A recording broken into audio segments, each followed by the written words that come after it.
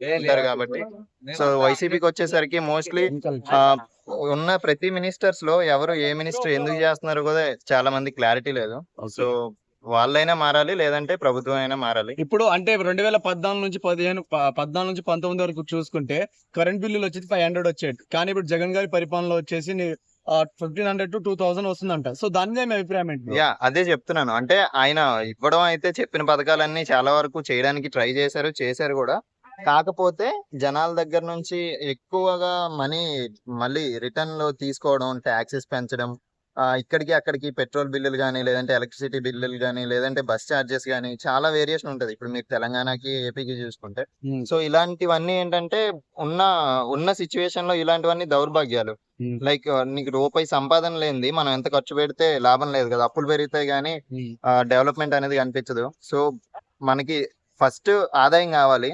వచ్చిన ఆదాయంతోనే ఎన్ని పథకాలైనా ఇవ్వమనండి, ఎన్నైనా చేయమనండి. ఆదాయం ఉన్నప్పుడు చేసుకుంటే బెటర్. సో అందువల్ల ప్రభుత్వం మారినా మారకపోయినా సరే, వచ్చిన వాళ్ళైనా సరే స్టేట్ డెవలప్మెంట్ గురించి ఆలోచించి, ఆదాయం గురించి ఆలోచిస్తే చాలా మంచిదని కోరుకుంటున్నాను. ఓకే, ఇప్పుడు జగన్ గారు మళ్ళీ గెలిస్తే వాలంటీర్ పై మొదటి సంతకం పెడతా అంటున్నారు. అదే చంద్రబాబు నాయుడు గారు గెలిస్తే మెగా డిఎస్సి పై మొదటి సంతకం పెడతా అంటున్నారు. మరి దాని మీద మీ అభిప్రాయం ఏంటి?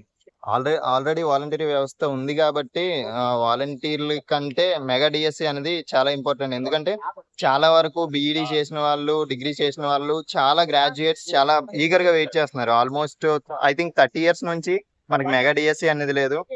ఉన్న వాళ్ళే ఉన్నారు. ఇప్పటికీ స్కూల్స్ మీకు ఎప్పుడైనా గవర్నమెంట్ స్కూల్స్ రంగులేసి కట్టేస్తే కాదు, లోపల ఉన్న faculty and better teaching skills ఉన్న వాళ్ళు పెరిగితే తప్ప మనకి డెవలప్మెంట్ అనేది కనిపించదు. సో మెగా డిఎస్సి తీయడం వల్ల చాలా బెనిఫిట్స్ ఉంటాయి స్టేట్ డెవలప్మెంట్ కూడా. ప్లస్ ప్రతి స్టూడెంట్ కూడా కొంచెం నేర్చుకుంటాడు బెటర్. ఓకే, సో వాలంటీర్ వ్యవస్థను బానిసలుగా వాడుకొని 5,000 ఇచ్చారు. చంద్రబాబు నాయుడు గారు ఏమంటున్నారంటే నేను మళ్ళీ వాళ్ళని 10,000 ఇచ్చి ఆదుకుంటానని చెప్తున్నారు కదా. సో దాన్ని అభిప్రాయం ఏంటి? బానిసలుగా వాడుకోవడం అదంతా కాదు, కానీ వాలంటీర్ వ్యవస్థ చాలా వరకు చాలా మంచి చేసింది. ఇన్ఫాక్ట్ కోవిడ్ లో అయితే చాలా వరకు బెటర్ చేసింది. చాలా స్టేట్స్ కూడా వాలంటీర్ వ్యవస్థ మీద మంచి మంచి కామెంట్స్ అయితే ఇచ్చారు. ఇప్పుడు మన తమిళనాడు స్టాలిన్ గారు కానీ, లేదంటే ఇంకా ఇతర ప్రభుత్వాలు కానీ వాలంటీర్ వ్యవస్థ మీద చాలా పాజిటివ్ ఒపీనియన్స్ తో ఉన్నారు. వాళ్ళు అంటే ఓన్లీ ఈ పార్టీ ప్రచారాలు అలాంటివి ఏం చేయకుండా ప్రభుత్వ పనుల వరకు చేస్తే చాలా బెటర్ అని చెప్పి. ఓకే, సో ఇప్పుడు సంపూర్ణ మద్యపాన నిషేధం చేసిన తర్వాత ఎలక్షన్ లోకి వచ్చి ఓటు అడుగుతాన్న జగన్ గారు నిజంగానే అంటే చేశారనుకుంటుందా? లేదు, సంపూర్ణ మద్యపానమే కాదు, ఉన్నదాన్ని చెడగొట్టేశారు. కల్తీ బ్రాండ్లు అవి తీసుకురావడం, లేదంటే అంటే చాలా ఉన్నాయి, ఇల్లీగల్ యాక్టివిటీస్ చాలా ఉన్నాయి, మీకు కూడా తెలుసు. బట్ అవన్నీ మ్యాటర్ కాదు. మద్యపానం అయితే ఎవడు నిషేధించలేడు ఈ స్టేట్ లో గానీ, ఏ స్టేట్ లో గానీ, మన కంట్రీలోనే కాదు, ఎక్కడ కూడా మద్యపాన నిషేధం అనేది అది ఇంపాసిబుల్. కాకపోతే ఆయన తగ్గిస్తాం అనుకున్నారు, కానీ ఎక్కడ తగ్గలేదు.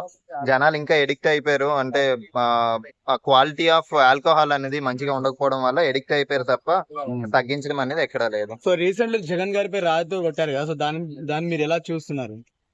అంటే యాజ్ యూజువల్ ప్రతి యూత్ అండ్ ప్రతి పౌరుడు చూసినట్టే చూస్తున్నాను. లాస్ట్ టైం కోడికత్తి అని చెప్పి సంథింగ్ ఒక డ్రామాటిక్ సీన్ ని క్రియేట్ చేశారు.